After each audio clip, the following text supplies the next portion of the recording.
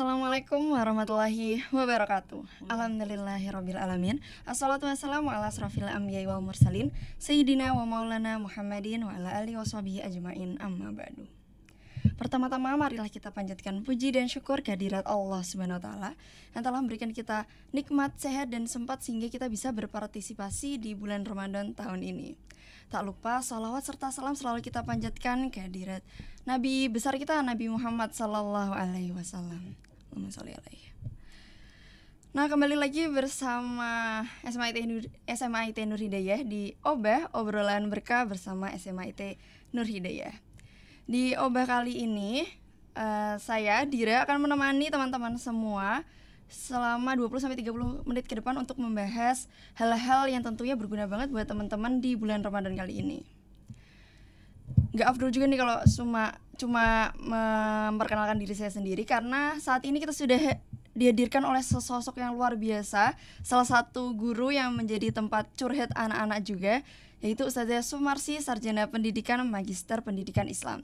Assalamualaikum Ustazah. Waalaikumsalam warahmatullahi. Bagaimana kabarnya Us? Alhamdulillah sehat, penuh semangat. Alhamdulillah. Fun fact aja ya teman-teman, sebenarnya saya sama Ustazah Sumarsi ini baru pertama kali ngobrol secara langsung, yang lumayan lama ya, karena 20-30 menit ya Us ya. Iya. Mungkin kalau bertegur sapa sih pernah ya Us, cuma kalau bertemu secara langsung jarang, karena juga nggak ISC-nya Ustazah ya saya. Iya. Oke Us, untuk amalannya Ustazah bagaimana kabarnya Us? Masih konsisten Us? Alhamdulillah. Alhamdulillah, Masya Allah, tabarakallah. Pas sekali ya teman-teman, karena hari ini kita akan membahas sesuatu yang relate banget sama kita, yaitu terkait konsistensi menjaga amalan di bulan Ramadan. Ini langsung saja ya Us ya, izin bertanya. Menurut Ustazah sendiri, godaan terbesar dalam bulan Ramadan tuh apa Us untuk menjaga amalannya? Oke ya.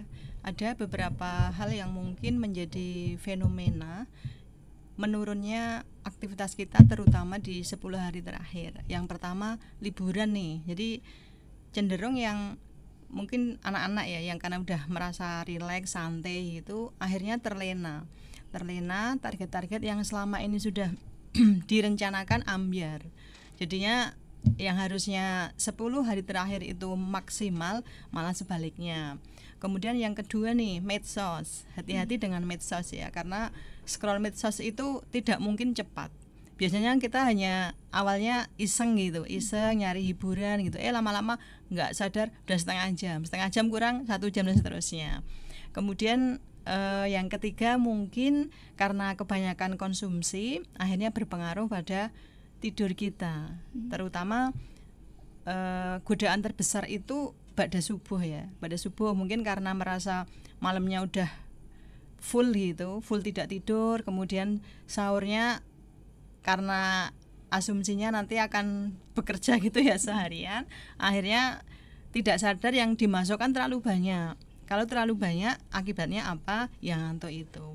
Jadi kadang-kadang kita susah mengendalikan ini ngantukku itu ibadah apa enggak ya gitu. Mungkin karena kita pernah dengar kan, daripada hal-hal yang tidak bermanfaat mending tidur lah, akhirnya itu banyak mengganggu gitu Mbak. Ini menarik banget ya Us, karena saya baru tahu ternyata apa yang kita konsumsi itu juga mempengaruhi amalan ibadah kita selanjutnya ya Us. Kalau saya sendiri tips and triknya Us untuk menjaganya. Saya memang agak konsen ya dengan pola makan biar Ramadan itu benar-benar memberikan output kita semakin sehat. Yang pertama adalah ketika waktu berbuka jangan biasakan minum yang manis. Saya baru mencari sumber yang valid nih. Sebenarnya Rasulullah itu dulu buka yang manis itu sahih apa enggak sebenarnya gitu. Karena akhirnya kita terjebak pada yang manis tadi, kolak manis, es teh manis gitu, es buah manis, semua berbau manis. Setelah manis biasanya haus kan, tambah semakin haus, nanti ditambah gitu. Yang semula es tehnya 1 gelas menjadi 2 gelas gitu. Akhirnya apa yang terjadi? Kita dehidrasi yang pertama, yang kedua ketika kita sholat tarawih juga nggak semangat karena perutnya terlalu besar. Kemudian sebenarnya konsumsi yang paling afdol adalah ketika kita masih bisa menyeimbangkan gizi seimbang. Gizi seimbang itu kan ada air putih, ada buahnya, ada sayurnya. Kalaupun perlu karbohidrat ya sedikit aja gitu. Sedikit aja itu sesuai dengan takaran kita masing-masing. Lah terutama saat sahur, sunahnya itu kan di akhir menjelang azan kan, berarti diupayakan air putih kita tercukupi 8 liter itu. Kemudian buah dan sayur jangan lupa. Biasanya sih anak-anak itu cenderung kalau pas sahur yang praktis itu nasi ayam gitu, nasi nugget gitu. Padahal yang dibutuhkan tubuh nggak seperti itu. Sebenarnya ya kalau mau nggak lemes yo sayurnya dipenuhi, buahnya dipenuhi. Cuma ya itu karena budaya kita kurang begitu mendukung ya, akhirnya nggak apa-apa lah seperti biasanya aja teman-teman gitu. Dan kadang-kadang kalau kita di rumah atau mungkin ini karena musim itikaf ya, itu panitia juga menyediakannya sesuai dengan selera user kan, akhirnya begitu. Oh ini menarik banget ya Us, karena ya saya taunya itu Us, kalau berbuka tuh harus yang manis-manis gitu. Ternyata nggak sahih ya Us? Ya ada beberapa yang mengatakan enggak. Oh, perlu kita kaji lagi. Ya, ini salah satu ilmu baru ya teman-teman, karena mungkin beberapa teman-teman juga taunya kalau yang berbuka itu harus yang manis-manis gitu. Terus selanjutnya Os, salah satu amalan yang selalu saja konsistenkan selama Ramadan itu apa Us, yang nggak pernah tergantikan gitu Us? Kebetulan kalau saya sebelum Ramadan itu ikut program tilawah yang khatam seminggu sekali. Seminggu sekali dan alhamdulillah walaupun di Ramadan masih banyak, bahasanya bukan kendala ya, mungkin challenge ya, banyak tantangan kan, ngurusi anak, ngurusi suami, ngurusi beberapa hal. Tapi saya tetap komitmen semoga tilawahnya nggak keteter gitu. Kalau sebelum Ramadan aja bisa seminggu khatam, harusnya pas Ramadan itu lebih gitu. Makanya kadang pas pada subuh terutama ya, karena ngantuk saya cari aktivitas fisik itu entah jemurin, entah jalan ringan gitu, asalkan tidak tidur gitu. Kalau yang lain sih sholat malam, karena saya itikaf ya saya ikut irama yang di masjid kan, berarti mulai jam 2 itu. Kalau saya sendiri itikaf itu menjelang hari terakhir Ramadan atau memang konsisten seminggu berapa kali gitu? Kalau selama ini kebiasaan saya itu 10 hari terakhir. 10 hari terakhir ya, itu pasti Us? Iya, kalau tidak ada mens ya biasanya pasti. Masya Allah banget ya teman-teman, di sini kita udah dihadirkan orang yang sudah konsisten ya dalam beramal. Amin. Masya Allah ya Us, semoga selalu konsisten ya Us. Amin. Karena kalau saya sendiri memang mungkin karena anak muda ya Us, jadi yang seperti saya bilang harusnya H-10 Ramadan Lebaran itu harusnya semakin semangat, malah jadi menurun Us gitu. Ya. Kendalanya sebenarnya sama sih Us, karena udah liburan, udah pegang HP, udah pegang medsos, jadinya terkendalanya di situ sih Us. Mungkin kalau tips and trick dari Ustazah terkait medsos itu gimana Us, buat menghentikan kecanduannya ketika Ramadan? Sebenarnya kalau off sepenuhnya barangkali nonsen ya, nggak mungkin banget, karena memang itu udah menjadi bagian kehidupan. Yang bisa dikelola adalah mengurangi porsinya. Kalau yang semula itu di luar Ramadan, terutama 10 hari terakhir, kita mengkonsumsi medsos itu durasinya 1 jam, berarti dikurangi entah 50%-nya, 20%-nya, dan itu konsisten. Karena apalagi memang 10 hari terakhir itu medsos juga gencar banget ya. Sebenarnya kalau ujian medsos juga tidak hanya anak-anak kan, ibu-ibu juga gitu, ujiannya tidak hanya medsos kan, tapi belanja. Sekarang tawaran diskon itu luar biasa banget gitu, kira-kira begitu. Oke, Masya Allah banget teman-teman. Nah tapi ada satu hal yang menarik sebenarnya, saya tuh sempat dapat materi di INH juga terkait konsistensi menjaga amalan bulan Ramadan. Tapi yang menarik di sini itu pembicaranya mengatakan bahwa tantangannya itu bukan ketika Ramadannya, tapi setelah Ramadannya ya Us ya. Yang harusnya ketika sebulan itu kita udah mendapat kebiasaan baru, kayak tilawahnya mungkin 2 juz per hari atau gimana, itu harusnya sudah bisa diterapkan setelah bulan Ramadan. Tapi pada kenyataannya banyak banget yang malah setelah bulan Ramadan tuh nggak melanjutkan amalannya di bulan Ramadan Us. Kalau saya sendiri apa faktor fenomena ini terjadi Us sebenarnya? Betul. Jadi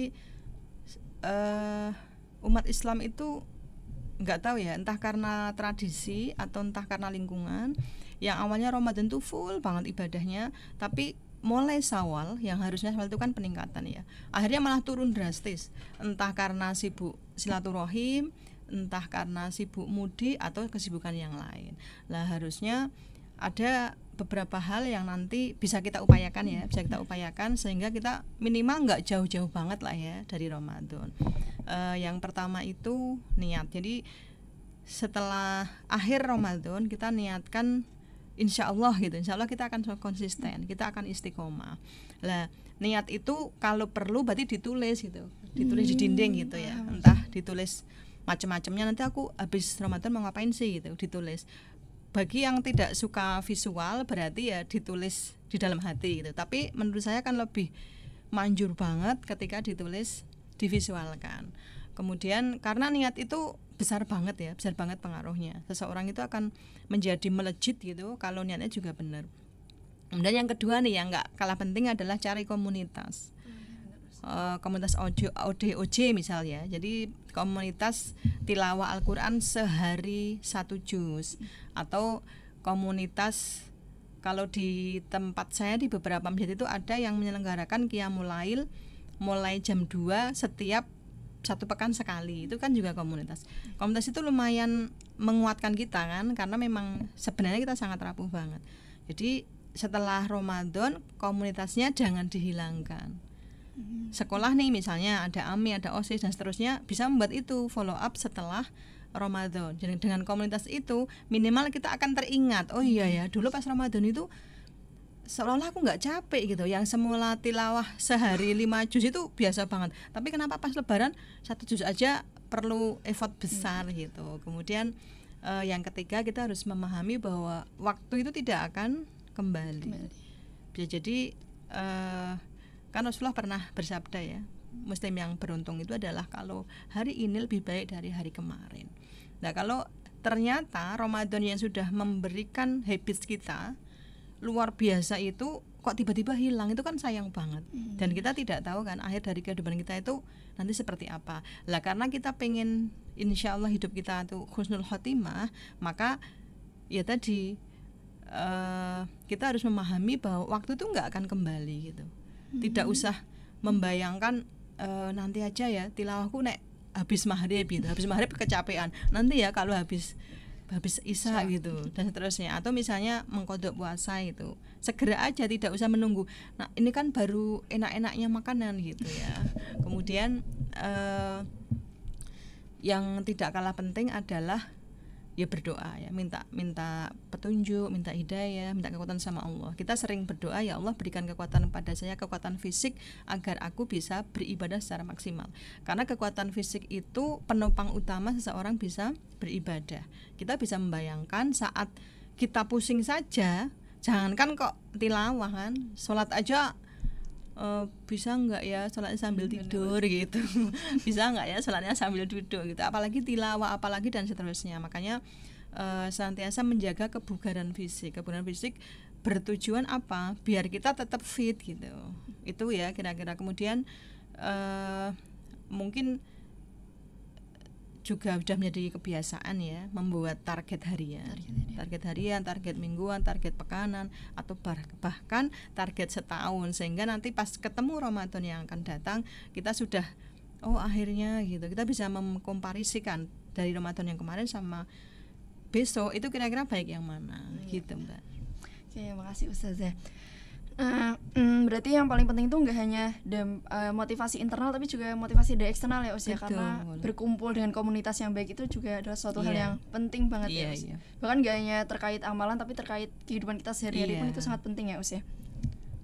Nah ada satu hal menarik juga Us, tadi statement Ustazah di awal terkait tidur ketika Ramadan nih Us. Karena masih banyak banget teman-teman saya, bahkan saya sendiri yang menganggap bahwa tidur ketika Ramadan tuh dinormalisasikan banget, tidur yang berlebihan ya Us ya. Karena tidur adalah ibadah, jadi selalu kalau ditanyakan argumennya kenapa tidur terus ya karena tidur adalah ibadah ketika Ramadan. Nah menurut saya fenomena ini tuh harus ditindaklanjuti seperti apa Us? Karena takutnya malah membahayakan atau gimana Us? ya walaupun betul ya tidur di saat Ramadan itu memang berpahala, tapi itu masih koma jika tidak ada kegiatan atau aktivitas yang lebih produktif. Tapi kalau ada ya berarti jangan tidur gitu. Beda kalau ternyata kita nggak tidur malah melakukan hal-hal yang tidak bermanfaat, itu berarti mending tidur. Nah, bagaimana caranya? Berarti yuk kita buat target tadi, kita mau tidur berapa jam sih dalam sehari gitu. Kalau memang biasanya kita tidur dalam sehari itu 5-6 jam, ya sudah itu aja gitu. Jangan kemudian mumpung Ramadan gitu, pagi tidur, siang tidur. Bahkan kadang uniknya itu saat sholat fardu dibangun susah banget. Gara-gara tadi malam udah itu begadang, akhirnya ya itu kebalik-balik kan, sholat asar terlambat, zuhur terlambat gitu.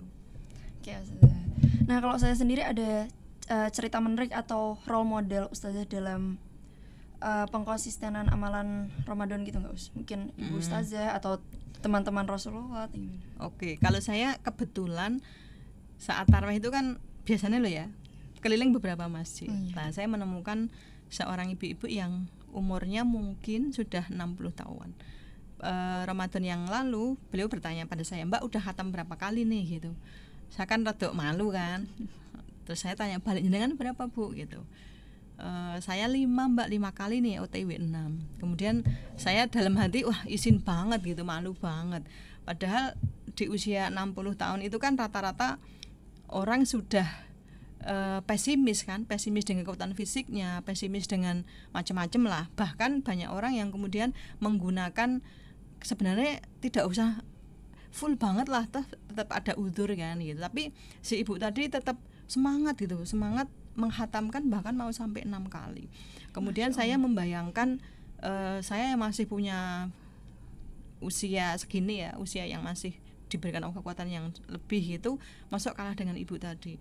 Kemudian saya juga flashback, kira-kira nanti kalau umur saya segitu apa ya saya bisa 6 kali gitu. Maka kemudian saya membayangkan seandainya ibu itu adalah saya, alangkah bahagianya gitu. Maka biasanya di saat-saat saya keliling tarawih itu mencari role model, mencari inspirasi, dan biasanya dapat sih gitu.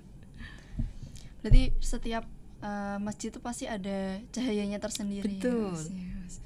Juga pasti saya pengen banget jadi salah satu cahaya di masjid.